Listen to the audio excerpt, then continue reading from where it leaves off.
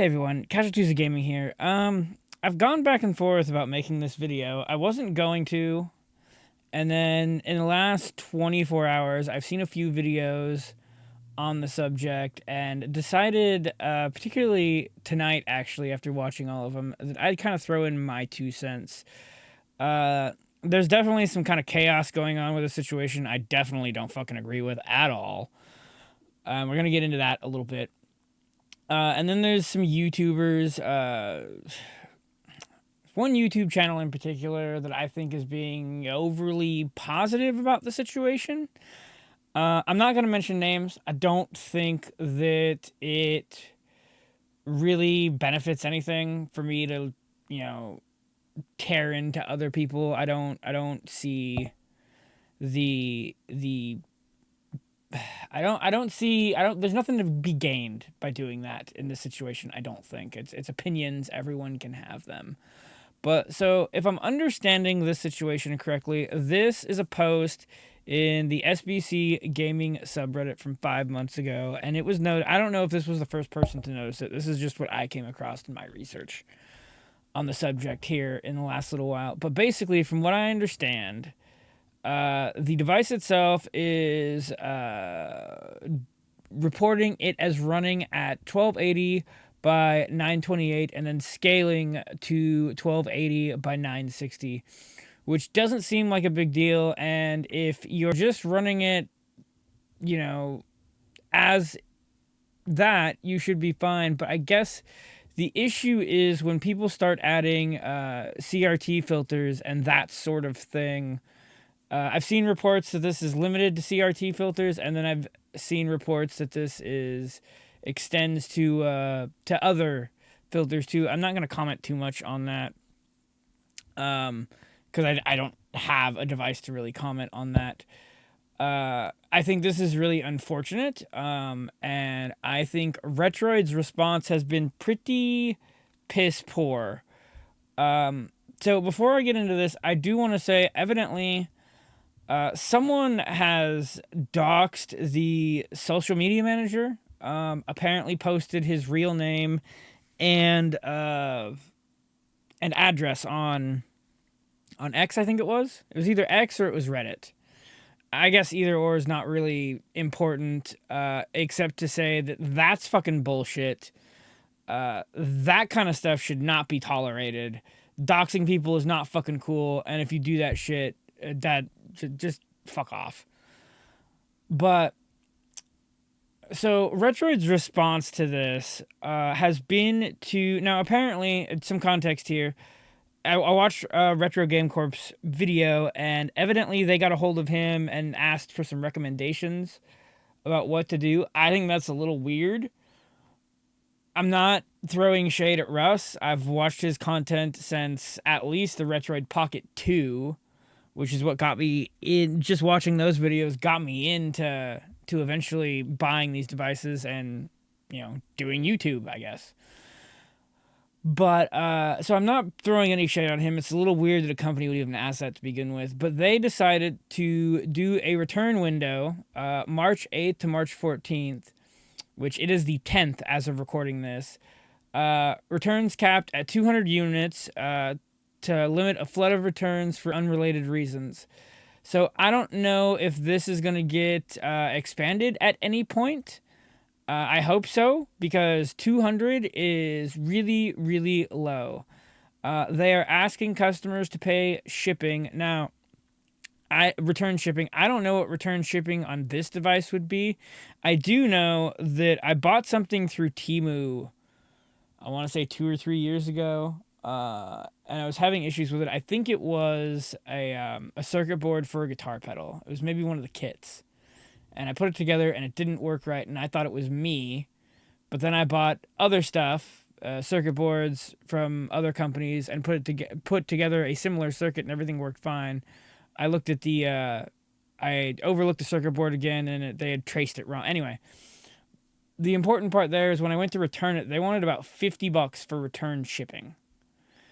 I can't imagine these devices being any less, and that was a few years ago, so it wouldn't surprise me if it was even more. So they're asking customers to pay return shipping. which I'm not cool with. They are also going to be giving a $10 stackable coupon for anyone who bought the device, regardless of whether you care about this and want to return it or not. I don't necessarily disagree with that. Um, but like everything else, the limiting of the 200 units, the return window being so short, and then the asking customers to pay return shipping. Look, I know Retroid is not a very big company. And I know that they're trying to mitigate the amount of returns. They don't want people just returning the devices willy nilly. But here's the deal. Here's my issue with this, and what I think a lot of YouTubers don't seem to be like. I don't know why. This is pretty clear to me. They sold the device. It evidently has a screen that's not the resolution that it's supposed to. If you go to their listing now, their $200 listing for this, it does note this product has a screen that does post processing in a way some customers find unacceptable. This effect is most noticeable using shaders and emulators that support them. Please take this into consideration before purchasing. So they're admitting here that the device is not doing what it's supposed to, what it's advertised to do. I think it should be more on top here, but that's neither here nor there. At least have it above the button to add it to cart, I would think would be fair, in my opinion. So I think Retroid should change that. And the fact of the matter is, Retroid's shall we say, they are not strangers to controversy like this. I listed a couple things in some notes I wrote on basically a paper bag, but I know that Retroid took some crap for releasing the Retroid Pocket 3, and then what was it, weeks later, I think released the Plus. There was evidently screen issues with the Retroid Pocket 4 and 4 Pro, and then they've had various issues, which one of the make goods I know that they've attempted to do is to try to send you parts to fix your own device, which I have a little experience in that. Miyu tried to do the same thing to me. I was none too happy about that personally. I stayed pretty neutral in my videos about it, but I was pretty pissed off about that. So I can sympathize with people that are pissed off about this situation too. The long and short of it is they made a device. And it wasn't what it was supposed to be. And in my opinion, they need to do something about that. Now, I got this pulled up on retrohandhelds.gg. I know I source these guys a lot, but like as far as their articles and whatnot goes, the information is usually pretty solid. They're a pretty decent source for this sort of thing. They're pretty active in the community. But they got this this statement put out by Retroid from their Discord, and they talk about the AMOLED screen, and basically there's going to be, I don't know if it's going to be a version 2 of this, or if it's going to be a Retroid Pocket Mini 2, or what it is, but they basically have to make the screens to make the devices the way they want, and they're talking about engineering costs amounting or exceeding $1 million. The remaining, there's something in here for a small company like Retroid to take such a bold step comes with the incredible support we've received from the community and partners. To make this possible, our CEO has taken the extraordinary step of mortgaging his personal properties to secure a bank loan. I mean, great on him for taking steps to fix the issue.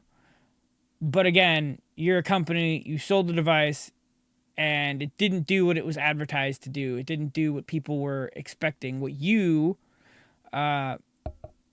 designed the device to do, essentially. So I'm sorry. It's great that the guy's trying to fix it, but that's not. I mean, that's, you do what you gotta do to fix this sort of thing. So apart from the listing, which I feel like I should give criticism, which I've done, and then as far as the way I would fix this, is this limit. First of all, this limit on 200 units is bullshit. They need to extend this. I understand they're a small company and they want to try to make it through this as best they can. I don't think this is cool. Asking customers to pay shipping. Again, small company. I get return shipping is expensive. I don't necessarily disagree with the idea of a return window. I would, if it were me, all the money that they're going to take to do R&D or whatever they're doing to make a new screen, don't do that. Take that money, extend this return window to like a few weeks. Definitely not 1, 2 or 3 weeks in my opinion. Extend that. I don't expect you to do it, everlasting. You need to do a better job of making it clear that there's an issue with the screen. Put it above the little pay button here. That way, customers know what they're getting. And if they don't care, they can order it anyway. So make sure you do all of that. Pay to return these things, in my opinion. And then if the ones you get work, you can sell them as open box or something. And if it were me, I don't know what they can afford to eat on this after all this. I would put a clearance price on this device at like, I don't know, 150, 130. Get rid of them. And at that point, just wash your hands of this entire situation. I know that they evidently they don't want to do that. They want to fix the device and sell more of them, and like to each his own, I guess. But from what it sounds like, most people are buying the Retroid Pocket 5 anyway because there's already a $20 price difference, and that's it. So I mean, if it were me, unless this thing was discounted heavily, I would just go with the Retroid Pocket 5 anyway. Those are my thoughts. Say what you will about them. Sound off in the comments. If you actually like seem to think I'm level-headed on this, like, comment, subscribe, all that shit. I don't know. Maybe I'll take some flack in the comments for this video for a variety of reasons. I just think that they could have done they could have fixed this in a very, very different way, let's say. And I just don't agree with the way they did it. So, agree with me, disagree with me, whatever. That's fine. I've been Casualties of Gaming, and I will see you in the next video. Peace.